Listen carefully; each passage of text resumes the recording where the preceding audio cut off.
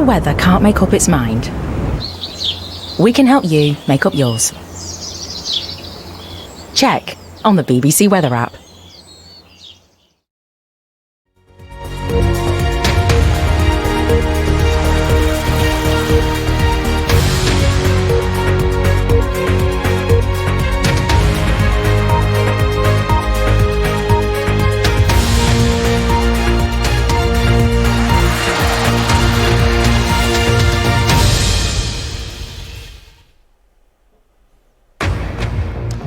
Tonight at 10, a crisis for the Scottish National Party. Its former chief executive is arrested as police investigate the party's finances. Peter Murrell, who's married to the former First Minister, Nicola Sturgeon, had resigned from his post last month. The couple's home was searched by police today as Nicola Sturgeon's successor, elected last week, acknowledged the gravity of the situation. My reaction, as you'd imagine, much like anybody involved in the SNP, is that this is a difficult day for the party. Well, earlier this evening, Mr Murrell was released without charge, pending further inquiries, also tonight. In the largest ever case of child sex abuse investigated by West Midlands Police, 21 people have been convicted for their crimes. Opposition in Dorset as the government plans to house 500 migrants, all of them adult men, in a barge off the coast of Portland. And some of the world's finest golfers make their way to Georgia as the Masters gets underway at Augusta tomorrow. And coming up on the BBC News Channel, a lot at stake at the top and bottom of the Premier League. West Ham entertain Newcastle at the London Stadium. If we look at this licking his lips, he knows how to score there. Get a good feeling in certain stadiums.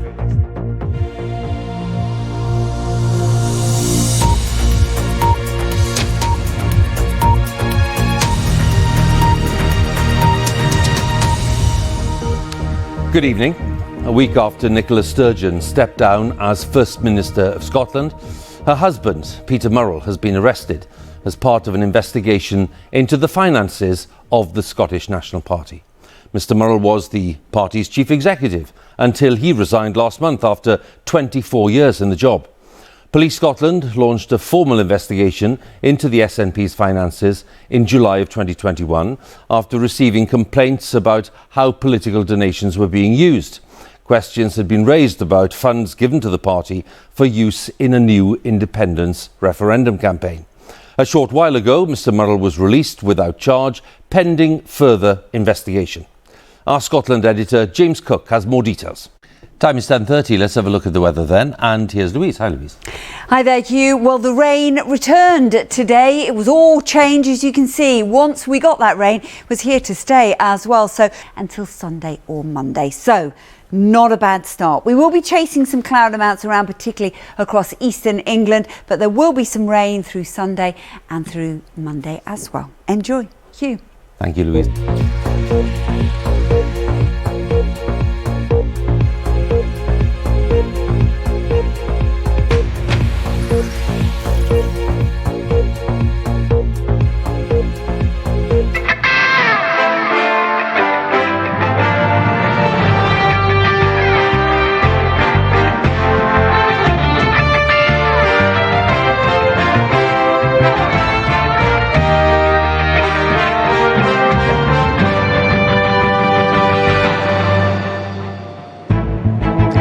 Peter Murrell, the former chief executive of the SNP, was released without charge tonight in an investigation over party finances and the allegation that £600,000 donated for a second referendum campaign is missing.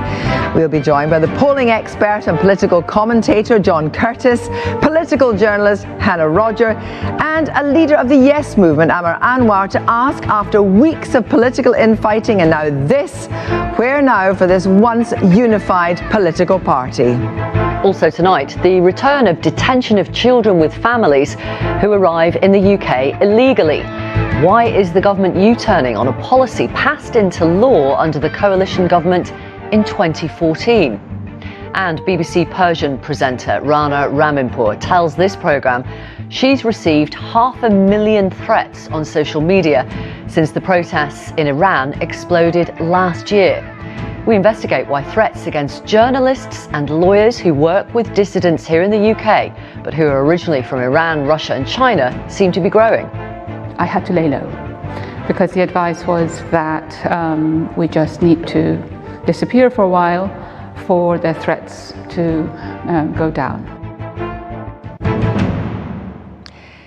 Good evening from Glasgow. It's exactly a week since a new First Minister of Scotland was sworn in and Nicola Sturgeon began the next period of her life. But now she is at the heart of this extraordinary drama. One question is whether her decision to stand down had anything to do with the investigation into her husband. This is what she said when she announced she was quitting.